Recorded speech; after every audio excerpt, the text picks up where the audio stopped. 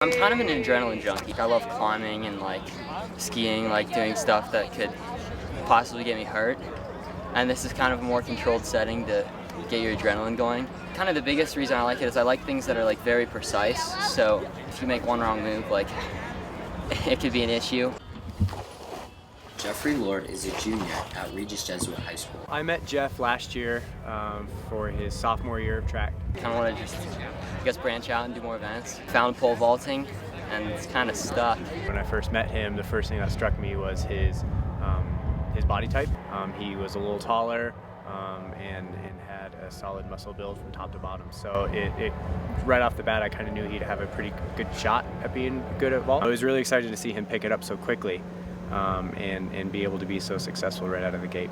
The first couple months, it was exciting to see him try it out and get better at it. So he had the speed for it, and he was able to get over pretty, I don't want to say easily, but he was able to get over him. He started in the spring of 2015 as a sophomore. Coming out to pole vault right away, it's not something that people do naturally. You can run fast, you can run distances, but running with a 15-foot piece of fiberglass in your hands is not something that comes natural to anybody. It's so technical that you have to kind of be right on top of it and really can't mess up all that much or it'll throw everything off. It just takes so much time, but I've been working throughout the summer. He's definitely a lot more dedicated to the sport than I ever was. He has practice every day of the week, morning and evening. He spends an average of 10 hours a week pole vaulting.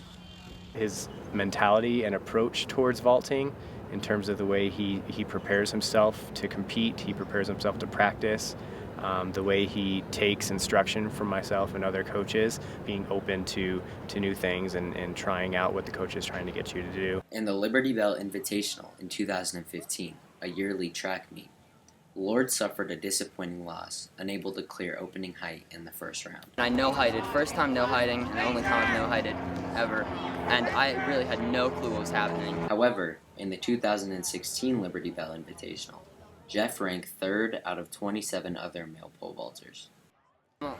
Specifically, you have to be fast and strong, and then technically it's such a technical sport, so you have to have good body awareness and know where you need to be at what time.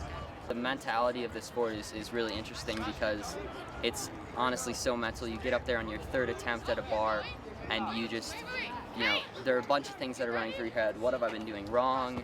And all this, and you kind of just have to block it all out and just think about what you've been doing at practice, and it works out. His plans for the future are still undecided, but he hopes to take his pole vaulting to the collegiate level. And now I'm kind of just focusing on the now and doing my best in high school, hanging out with people, having fun, working hard, and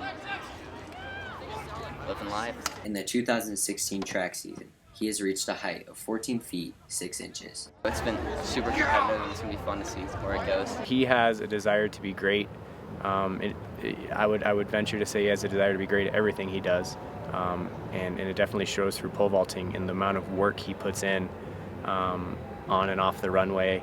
Commitment is very beneficial, and as long as you stay committed to something, it'll work out. I'm Nick Faber with RJ Media.